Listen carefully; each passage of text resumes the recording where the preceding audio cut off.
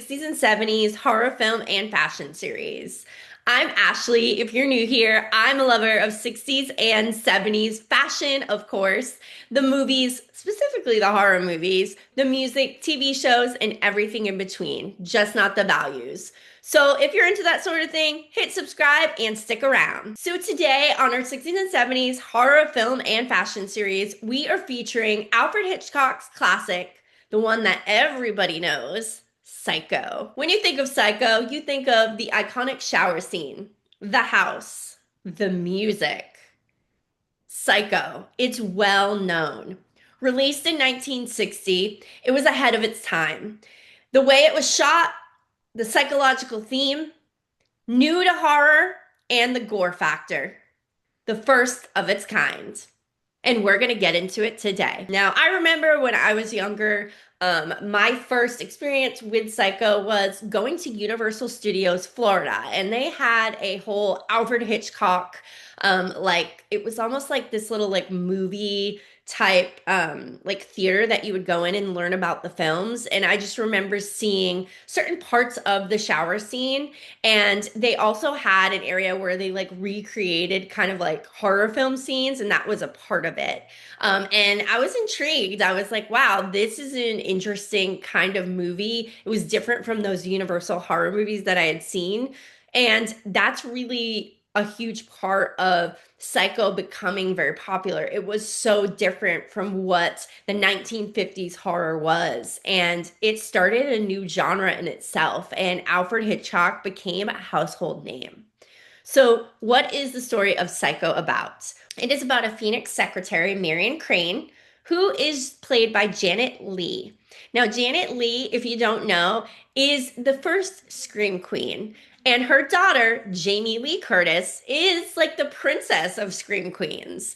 And I think that's a really cool connection. And also, there's a lot of connections with this movie and Halloween that a lot of people don't know. And it's kind of cool to like dive into that. And we'll touch on that a little bit today. But it is starring the first Scream Queen herself, like the mother. Like, you know how people say, like, mother. Janet Leigh, mother. She is. And she actually had a cameo in Halloween H2O with Jamie Lee Curtis, and it was a little nod to Psycho. And I'll insert that clip here.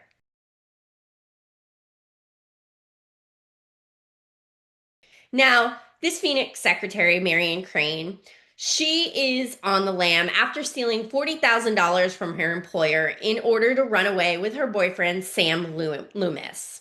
Now, Sam Loomis, that name may sound really familiar because the name of the psychiatrist helping Michael Myers is Sam Loomis. A little connection there. I don't know if John Carpenter was forming a little wink wink, but there you go. Now, after trying to run away with her boyfriend, Sam Lewis, she's overcome by exhaustion during a heavy rainstorm. Traveling on the back roads to avoid the police, she stops for a night at the ramshackle Bates Motel and meets the polite but highly strong owner, Norman Bates, a young man with an interest in taxidermy and a difficult relationship with his mother. And oh my gosh, this movie, like, I it's just so good. It's so good. It the way that Alfred Hitchcock like gives you anxiety is like on a whole nother level. It is insane. And the way he shoots things is just done in a very different way. The way he like places the camera on people at certain angles to showcase other things in the background. The way he makes you feel like you're in the scene with the character, and it gives you that like kind of fear and panic like you were there. It's incredible. And his choice in actresses and actors is like these people that are in his films, they just know how to act. And the way that they portray these characters is just so believable that you like you feel bad for them. You are like, oh my God, like appalled at them. You feel so many different feelings. And I think that's what was really different about Alfred Hitchcock movies. And his horror movies in general. They just had a different feel than any other horror movies ever had. Now, if you're new here, what we do is we go over some of the key moments in the film, and then we talk about the key fashion moments in the film. And you're probably thinking, fashion in Psycho, there is a ton of it. There kind of is, but here's the deal. The reason I wanted to do this film was number one, it is just a classic, but also there are some really interesting choices in the fashion due to like the plot and the psychological part of the film. And that was something special that Alfred Hitchcock often did in his films. So let's take a look at the key moments or peak moments in the film. First things first is the scene where she is driving and the cop is behind her. And the way this is filmed is so great because how many times have you been driving and there's been like a cop behind you or pulls up behind you and you feel that anxiety? Well, you feel that in this scene just by the way it's shot. Like it shows her looking in the rear view mirror. It shows her just kind of like looking ahead and driving, and you can see the cop in the background. And then when he pulls her over, she's like a nervous Gervitz. She is like so nervous because she stole this money. And like, how many times have you been pulled over and nothing's really wrong, but you're just nervous? And like, that is something that you can like relate to with her, even though she did do something wrong. So it's kind of like she should be nervous. And it's almost like, why are you being so nervous? You're like giving yourself away. But it is filmed so good that it really gives you that emotion that really kind of gives you anxiety right from the get-go in this movie. Like you're already on edge. The next is another driving scene. It's when she's driving in the rain. And how many of you have driven in the rain and you kind of can't see a thing and all you're seeing at night is these bright lights shining in your face and you're just kind of squinting and you're getting a little nervous because you don't want to like, swerve off the road. It's anxiety filled. And the way that he shot this made you feel that feeling. And we've all felt it before. Again, it's that relatability factor so that you almost care about the characters in the film and you're a little bit more invested. And when I tell you, like, anxiety in this film, he's so good at giving it to you. It's insane. And it's just by the way he's shooting these scenes. The next is where Marion and Norman are chatting. He invites Marion into like his parlor to chat, and he gives her some food. And as he's talking, the way that they shoot Norman is just so different and interesting, and I really enjoyed the way they shot him. It's almost from an angle below, and you're kind of looking up at Norman, but behind him is all this taxidermy. And it kind of lights him in a shadowy way that just makes him a little eerie. He's already a little like off. Like you can tell you're like, he's off. There's something off about him. But it's interesting how they like shoot that. And I just loved that shot. I thought it was such a beautiful shot. And I'll insert an image of that here. And again, this is a scene where you kind of feel bad for Norman. You're like, something's wrong with him. I hope he's okay. But you're also like, I feel like there's something off and wrong about him. And you feel so many mixed emotions towards him that you're really kind of like, like, I wonder what's happening here. And it's just intriguing and it makes you want to continue to watch the film. And that's one thing about this film. The pacing is beautiful.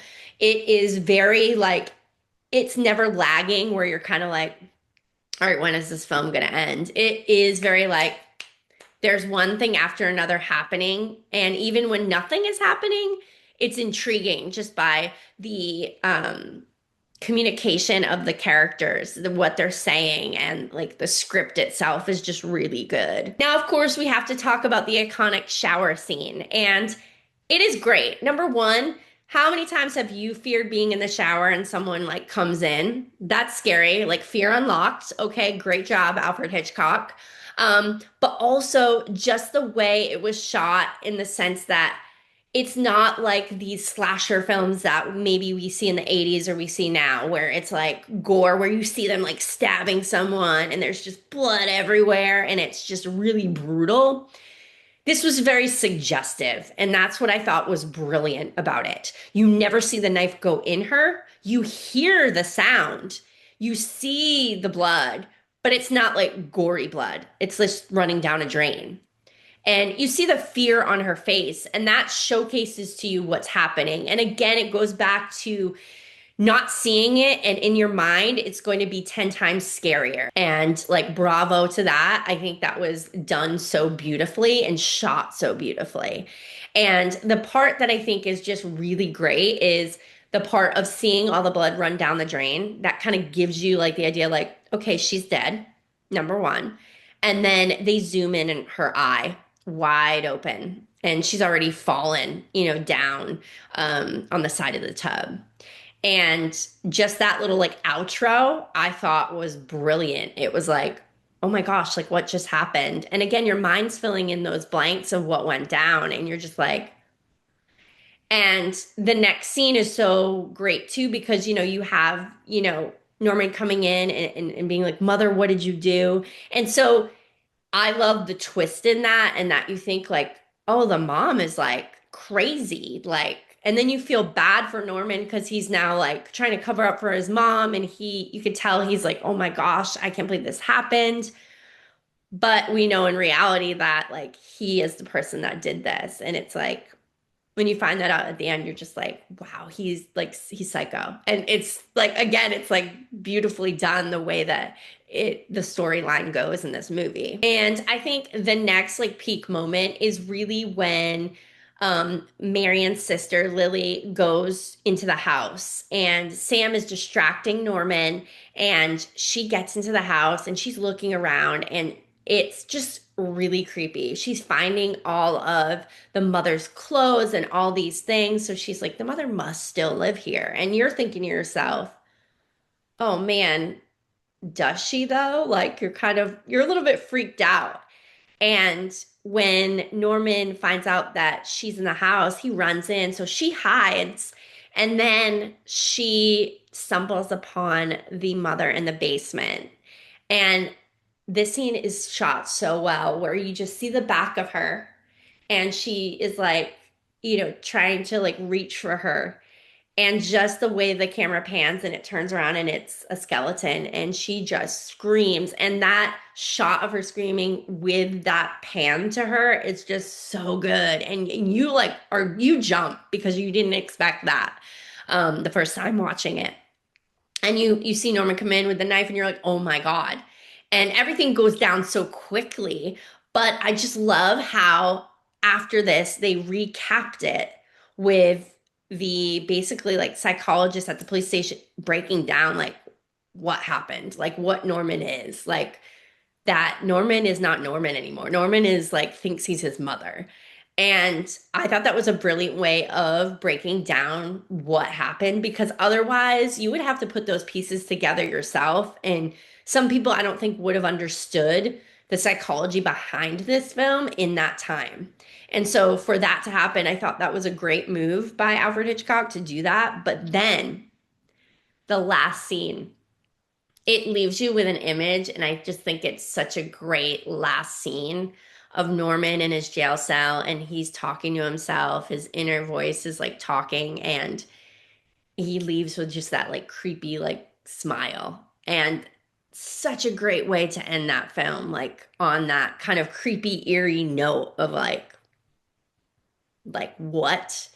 And again, for the time, like this was new, like this psychological thriller like this, that, it wasn't monsters that were scary. It was like real people can be this evil. They can be monsters. And that was such a shift in the genre. And it was so new and exciting to people. And I think, honestly, this was the shift horror needed a little bit at that time in 1960. Now we're going to take a look at the fashion of Psycho. Now, the fashion in the year 1960 was a continuation of the 50s ladylike elegance. Pillbox hats, skirt suits, and pearls were really popular, but they were evolving into a more youthful, vibrant look slowly. Now, this is definitely showcased in this film. It does showcase that peak 1960s fashion. Hitchcock had a certain look for his leading ladies that he liked, and you can kind of look at the different leading ladies he had. There was a specific, like, chic yet sophisticated look, but they looked like strong. They were like strong, sophisticated women that he liked to play in his films. Now, what Alfred Hitchcock really did in a lot of his films with the clothing is they were connected to the psychological transformation of the characters in the films. And that's something that was very strategically done in his films. So in the for example, with Marion Crane, she transforms a little bit in this film. Now, she starts with a white, respectable lingerie and a button up white dress. And this represents purity and repression. And then she transforms into a black bra after stealing the money. Early scenes, she has more of a crisp white blouse with tight collar. And then early on, she's like more conservative. She has a job. She's going through the motions, right? And so she's dressed in white. And that's really to showcase her conservative image that really masks her actions. And then later on in the film, she's wearing darker colors, which kind of showcase her darker edge with stealing the money and running away. And then lastly, when she kind of after she talks with Norman, she kind of realizes like the error of her ways and that she's gonna go back and give the money back. And that ending result, like her outfit is she's naked. She's naked in the shower. Like she's stripped of everything. So she kind of is stripping like her old like self and wants to just like start anew. And that really is a little bit of symbolism in there in that movie with like the fashion, which is incredibly like I don't think most people pick up on, but it's actually really cool. Now, Marion standout, looks for me were first that white dress with the collared belt. And that was in the beginning, again, showcasing like her like chic sophistication when she's not yet, become like a little fugitive. And I love this look. It's a super like polished 1960s look. And I love the outfits of the early 60s. They are very like chic and sophisticated, very Jackie Kennedy-esque. And then when she travels, she changes it up a little bit. She wears a button-up shirt with a belted skirt. I love the look itself. She has these like little kitten heels on with the outfit. It's a little bit less dressed up as the white outfit, a little bit more laid back for travel. Now, the next person I do want to talk about is Marion's sister, Lila Crane. She has a suit jacket. She has a suit jacket and a tweed skirt to match. And she has this beautiful little 1960s bob done to perfection, absolute dream. And what I like is that she has like a little bit more of a serious look to her, as opposed to Marion. She's a little more seductive looking with her shorter cropped haircut. She's a little bit more serious, Marion. Now, Lila, Marion's sister, a little bit different of a look. She isn't as like chic. She's a little bit more basic. So she has this jacket and this skirt. It's tweed and she has this beautiful 1960s bob haircut done to perfection. And what my favorite like look is, yes, I love that outfit itself, but when she puts on the pea coat and the silhouette of that pea coat with the kitten heels, it's gorgeous. And especially when she's walking around the Bates Motel and the way that her jacket kind of like flows as she walks, it's the perfect 1960s silhouette. It is gorgeous. And I love the buttons on the peacoat itself. I just think it is if you were to think of a 1960s look from that year, that would be something that I would grab and say, this is 1960s right here. And I love the way that the silhouette did fit her shape. I thought it fit her shape beautifully. I think that shape works for a lot of people. So it is just, it's such an iconic look. And again, like it was done in a way that her outfit was more like simple blouses, tailored dresses, and it was to reflect a more determined, serious demeanor as she investigates. So it was done on purpose, the way that she dresses. There had to be a difference between Lila and Marion. In the way that they dress to kind of show off their character a little bit. And I love that. I love that they showcase that.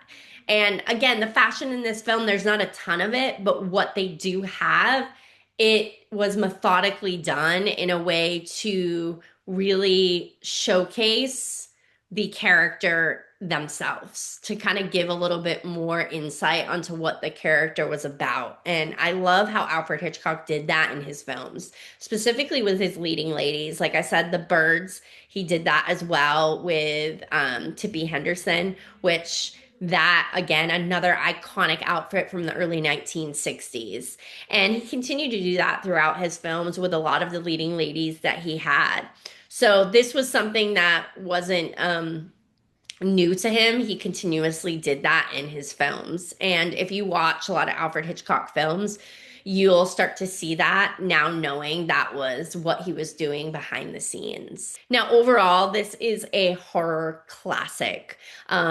Anybody that loves horror knows this film, and they know how incredibly well shot it is. And it is just it was a big genre shift for horror. It was something new and different that really kind of shocked people for many reasons. The film has many shock factors for that time frame, but ultimately it definitely broadened horror and the scope of horror and what it could be in the 1960s, and that was really, really exciting. And the fashion, it definitely represented this year so well, and sneakily put in some things with the storyline and characteristics, which was a big thing again that Alfred Hitchcock loved to do.